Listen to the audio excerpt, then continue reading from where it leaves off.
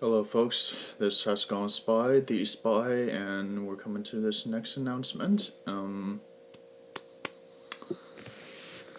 Today is, I believe it's close to Father's Day. I just, forgot the date time, but I know it's close to Father's Day, or probably is today, so happy Father's Day, to your dads and your grandfathers.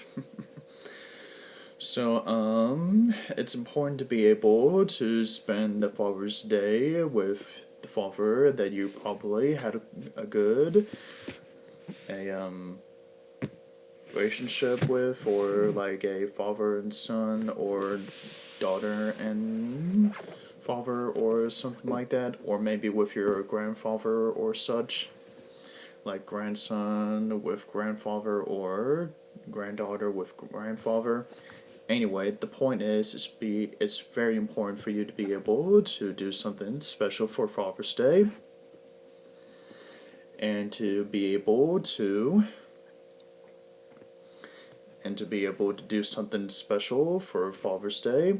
Like, if you aren't able to figure out what gifts they like, or what is it that they may want, and what they want as a gift or something, you can be able to do something special for them, like take them out to a restaurant, or better yet, to take them out to see what kind of movie they would like to see at the theater.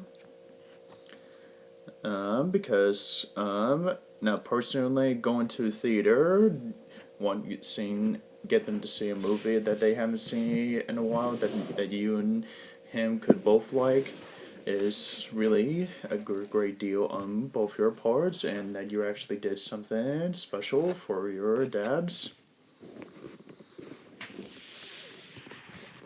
Now, for me, I'm going to be planning to do something special on Father's Day tonight before posting the Command Conquer 3 videos tonight. Because as a son, I'm going to do a duty as a son to do something special for my Father's Day. And you should do your duty as your child, unless of course, however, that you don't have a dad, which I apologize. Forgive me for that part. But in any case, those of you who do have a dad, make sure that you do something real special for them. Like, do something on Father's Day, like take them out to eat, or get them a present, or take them out to the theater, to the movies or something. Because you may never know of how much time you had with the man that's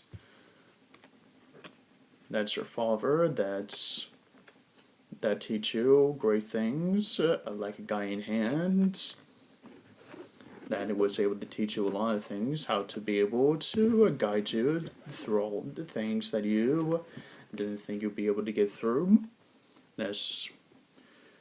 It's what a father does to be able to support a child and a children's decision, and to be able to support the hard decisions that a children goes through every day. Anyway, that's one opinion of what I think what a father's duty is. But anyway, it's important for you guys to be able to do something special for Father's Day for the dads that you may like, or least like, or something like that. Now,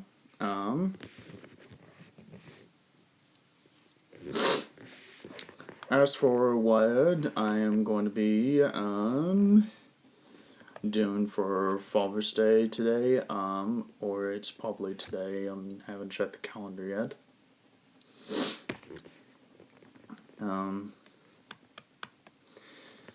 I'm going to be, as soon as that, we're good to go, tonight, we're going to be checking out what's playing at the theater, and see this movie called, Godzilla, the King of Monsters? Yeah, you heard that right, ladies and gentlemen. Now, before I get to the part about why I think that he and I would like this movie, I will tell you a little bit about why I personally like Godzilla. Ever since I was like a kid, it was like seeing the Godzilla's movie in the 2000 or like in 2005 or something like that. Like, I haven't seen the really old Godzilla movies, but I do see some really cool Godzilla movies in the 2000s or in 2005 or 2010. Those movies I enjoy the most because I think Godzilla was really improved from those past old movies. Especially from the time Godzilla used to visit Japan, defeating monsters.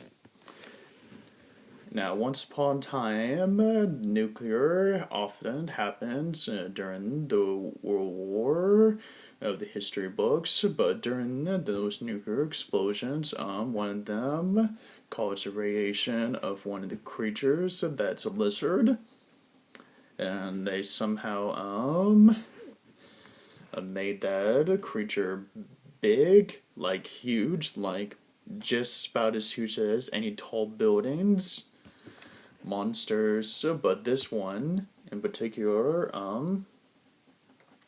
unlike most monsters, Godzilla didn't. It's not just destroying. Didn't. It's not just destroying cities or destroy buildings or such. Godzilla is like only came out when there's a threat of another monster appearing that was in the city, and for some reason Godzilla seemed to always appeared in those situations. He had troubles with dealing with some of the most dangerous of monsters, so like creatures like Gigaias or couldn't pronounce that name right, or and then there's the three-headed golden creature dragon known as the Gingidora. Yeah, I said that name right. Now that creature, that is probably one of the most powerful monsters that gave Godzilla a hard time. Now, because because humanity had feared of Godzilla's power every time he wrecks a city.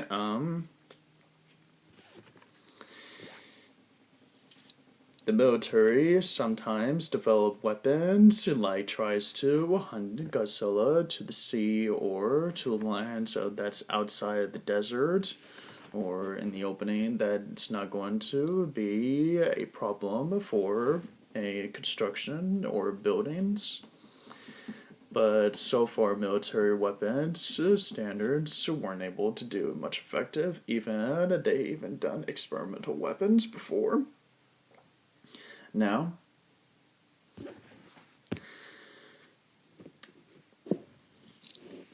when the military wanted to try to beat Godzilla mano a mano, they tried to develop a Mechagodzilla weapon.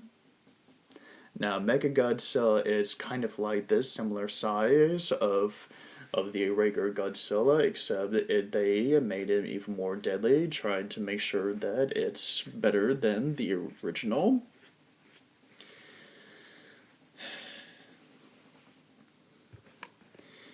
Now, sometimes, most of the time, sometimes about half the times that Mechagodzilla gave Godzilla a hard time, sometimes it actually almost made it successfully succeeded into almost killing Godzilla on several occasions. It's why Godzilla is quite powerful. It's like it has like missiles from its arms, and then there's this, like you see Iron Man's U-beam cannon, like it's in the chest, like it's shooting beams from the chest. Yeah, you'll probably see a U-beam cannon before from when Iron Man uses his chest armor. It's kind of similarity of what Mechagodzilla did, and then it has its own breath attack, like shooting lightning from its mouth, but mostly it just shoots laser beams from its eyes.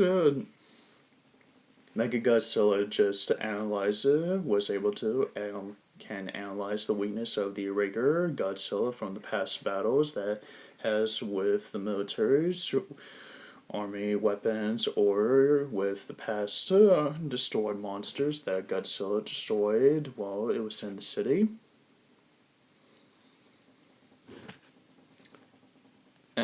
Personally, in my opinion though, there's a reason why Godzilla is the king of monsters. That's his title, true title, and well-earned name deserved.